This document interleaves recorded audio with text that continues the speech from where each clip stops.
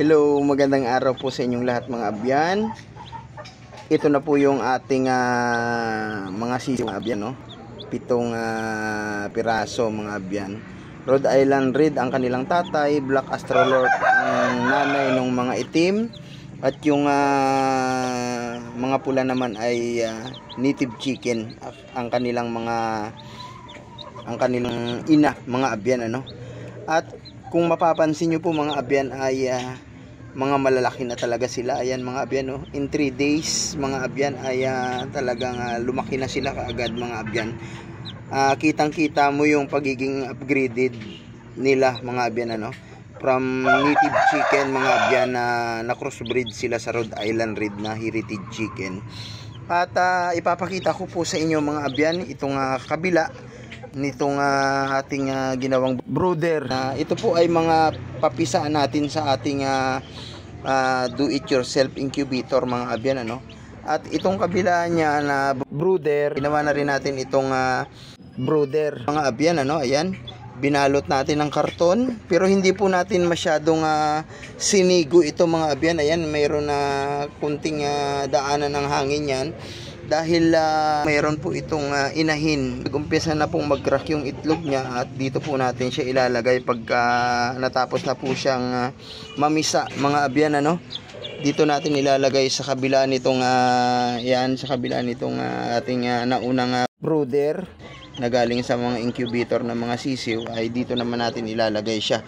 Dahil may inahin naman po siya, ayan, kahit may kunting hangin na lalabas, napapasok, ay walang problema dahil papasok lang naman yung mga sisiw doon sa ilalim ng kanilang nanay mga abyan.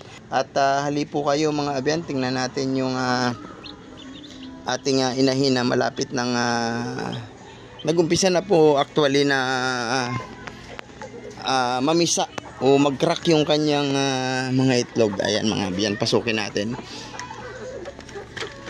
At in-steady ko na mga abyan itong ating dalawang Black Astralorp mga abyan, ano? In-steady ko na dito sa kanilang tandang dito sa ating roster na Rhode Island Red, dahil yung mga native chicken ay nangingitlog naman at naglilimlim na mga abyan. So ayan mga abyan, no? Ayan yung tandang na Rhode Island Red na tandang, ano? Ayan, tinuturuan niya yung ating dalawang Black Astralorp na mangitlog dito. Ayan, akala mo siya na yung mangingitlog mga abyan, ano?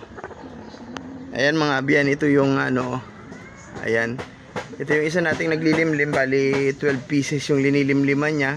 Kaya lang yung ibang itlog nito mga abyan ay idinagdag lang ng isang native chicken, kasi hindi siya dapat dun siya mangingitlog. Kaya lang mas gusto niya na dito niya iniitlog yung kanyang mga itlog sa may tao, sa may sa mayroon ng naglilimlim. At ito naman po yung ating isang native chicken na ang kanya pong itlog nito mga abyan ay crossbreed din po yan sa Rhode Island Red. Ito po yung tatay niya, oh, mga abyan, oh. Ayan, 3 kilo in 1/4.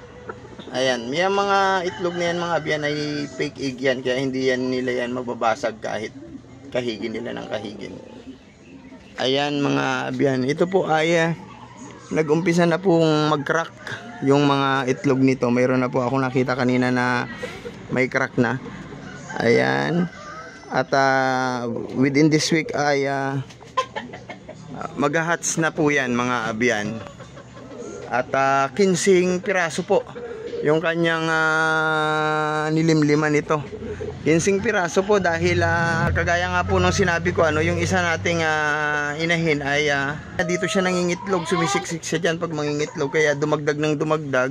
Actually yung kanyang linimliman mga abyan ay lang naman 10 eggs lang, kaya lang dahil nga dumagdag yung galing dun sa isang inahin, kaya kaya umabot ng 15. At kung hindi man magsabay-sabay mga abyan, pagka bumaba na itong ating inahin, pagka bumaba na siya, walang problema dahil may nakaabang tayong incubator. Actually may naka-incubate tayo doon na 12 pieces na itlog mga abyan ano. At pagka hindi napisa nito, yung hindi niya mapipisa, pagka bumaba na siya dito sa pugaran, dadalhin ka agad natin dun sa incubator para dun ituloy natin na ipahats mga abyan. Importante fertile at may lamang sisiw.